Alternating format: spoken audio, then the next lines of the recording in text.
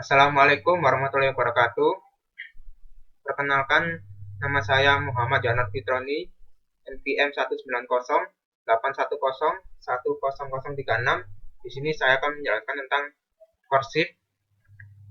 Koperasi simpan pinjam merupakan lembaga non atau bukan bank yang berbentuk koperasi dengan kegiatan usaha menerima simpanan dan memberikan pinjaman kepada anggota dengan bunga yang kecil atau bunga yang telah ditentukan oleh koperasi tersebut.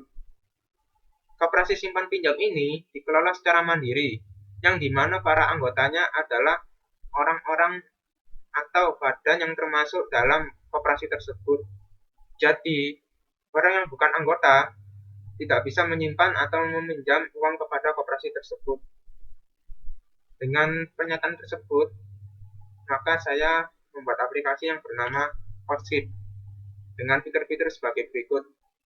Pertama, fitur manajemen. Dalam fitur manajemen terdapat manajemen cabang. Dalam aplikasi ini, fitur manajemen cabang dapat menambah beberapa cabang baru sesuai dengan keinginan pimpinan.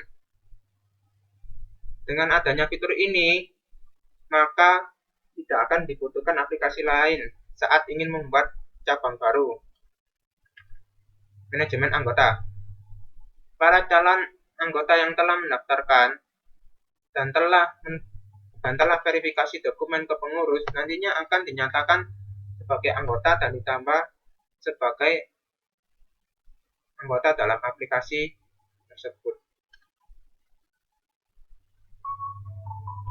Dengan adanya beberapa cabang, maka setiap cabang harus memiliki pengurus agar koperasi berjalan dengan baik.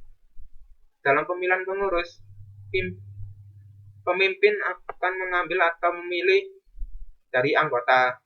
Maka dengan fitur ini akan memudahkan pemimpin dalam mengambil atau memilih pengurus yang akan mengurus cabang tersebut. Lalu fitur kedua yaitu dalam bidang pengurus, manajemen anggota. Pengurus di setiap cabang akan bisa memasukkan atau menambah seseorang menjadi anggota dari cabang tersebut dengan cara telah melakukan verifikasi berkas secara langsung dengan pengurus pada cabang tersebut. Lalu penerimaan pengajuan simpan.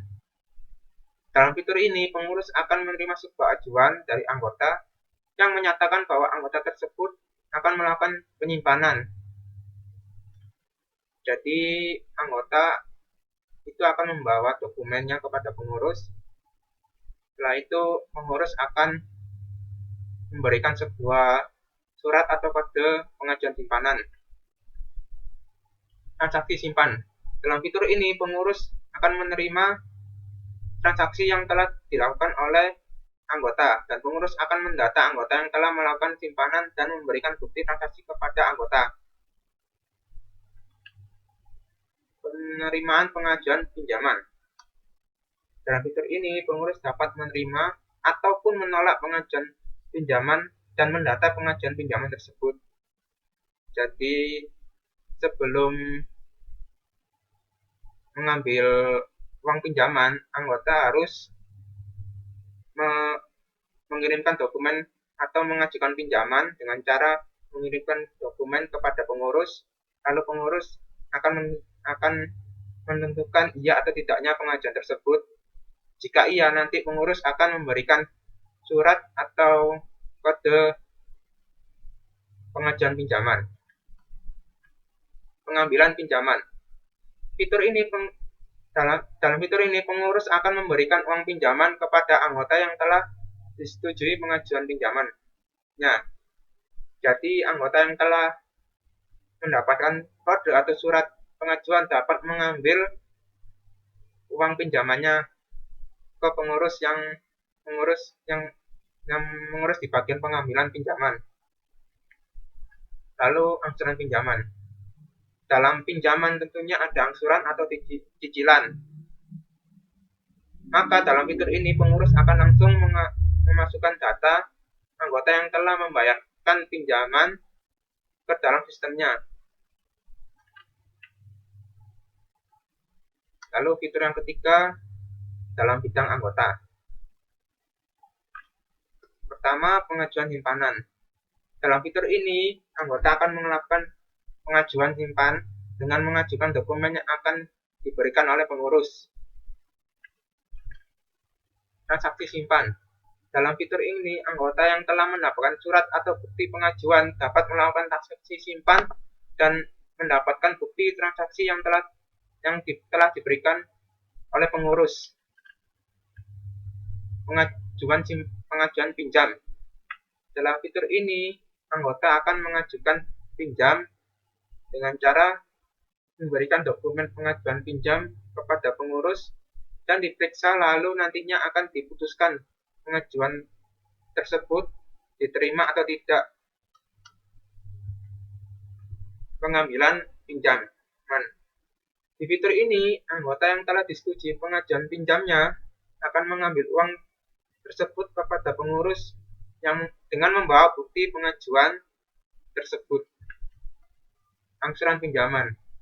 Dalam pinjaman tentunya juga ada angsuran, ada cicilan. Jadi dalam fitur ini anggota melakukan pembayaran angsuran kepada pengurus dengan cara apapun, maksudnya offline maupun online. Nantinya pengurus akan langsung memasukkannya ke dalam sistem. Berikut adalah skemanya seperti ini. Dimulai dari cabang, membutuhkan di dalam cabang membutuhkan ID cabang, lalu anggota, lalu masuk pengurus. Pengurus ini diambil atau dipilih dari anggota, dan pengurus ini akan mengurus jalannya koperasi, seperti mengurus pinjaman, mengurus angsuran, mengurus pengambilan, mengurus simpanan. Sekian dari saya. Terima kasih. Wassalamualaikum warahmatullahi wabarakatuh.